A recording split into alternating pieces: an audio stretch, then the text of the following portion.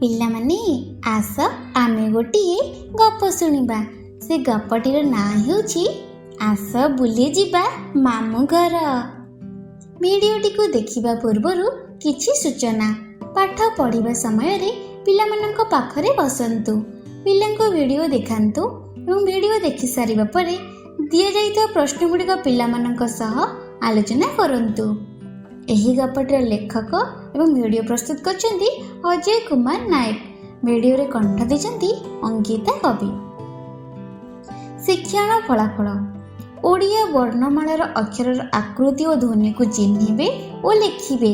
ଯେପରି ଦିଆଯାଇଥିବା ଶବ୍ଦମାନଙ୍କ ମଧ୍ୟରୁ ଦୀର୍ଘେଇ ଲାଗିଥିବା ଶବ୍ଦଗୁଡ଼ିକୁ ବାଛି ଲେଖ। ଯଥା ଇଟା, ଆଇ, ଖଇ, ନଈରୁ ଆଇ ନଈ ବାଛି ଲେଖିବେ। ଚାଲ ଏବେ ଆମେ ଗପ ଶୁଣିବା।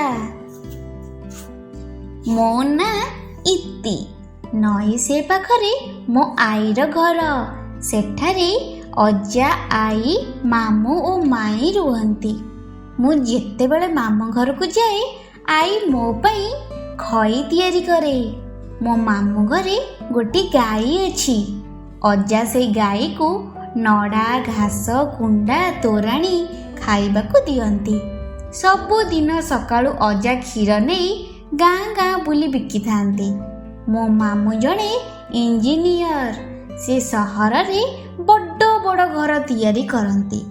ରାତିରେ ମାଇଁ ମୋତେ କ୍ଷୀର ପିଇବାକୁ ଦିଅନ୍ତି। ସେଥିପାଇଁ ମୋତେ ମାମୁଁ ଘରକୁ ଯିବାକୁ ଭଲ ଲାଗେ। ଆଚ୍ଛା ପିଲାମାନେ, ଏହି ଗପରୁ ତୁମେମାନେ କ'ଣ ଶିଖିଲ? ଆସ ଆଲୋଚନା କରିବା। କହିଲ ଦେଖି, ଏହି ଗପରେ ଦୀର୍ଘଇକାର ବ୍ୟବହାର ହୋଇଥିବା ଶବ୍ଦ ଗୁଡ଼ିକ କ'ଣ କ'ଣ? ସାବାସ୍ ପିଲାମାନେ, ଏହି ଗପରେ ଦୀର୍ଘଇକାର ବ୍ୟବହାର ହୋଇଥିବା ଶବ୍ଦ ଗୁଡ଼ିକ ହେଉଛି ଆଇ, ଗାଈ ଓ ନଈ। ଆଚ୍ଛା ପିଲାମାନେ, ଏବେ କହିଲ ଦେଖି, ଏହି ଶବ୍ଦ ଗୁଡ଼ିକ ମଧ୍ୟରୁ ଦୀର୍ଘଇକାର ଥିବା ଶବ୍ଦର ନାମ କ'ଣ?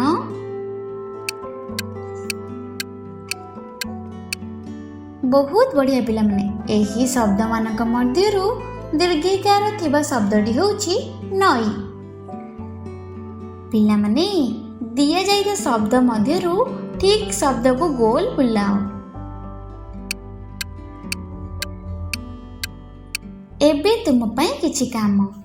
ପିଲାମାନେ, ତୁମେ ଦୀର୍ଘଇକାର ଲଗାଇ 3ଟି ଶବ୍ଦ କୁହ।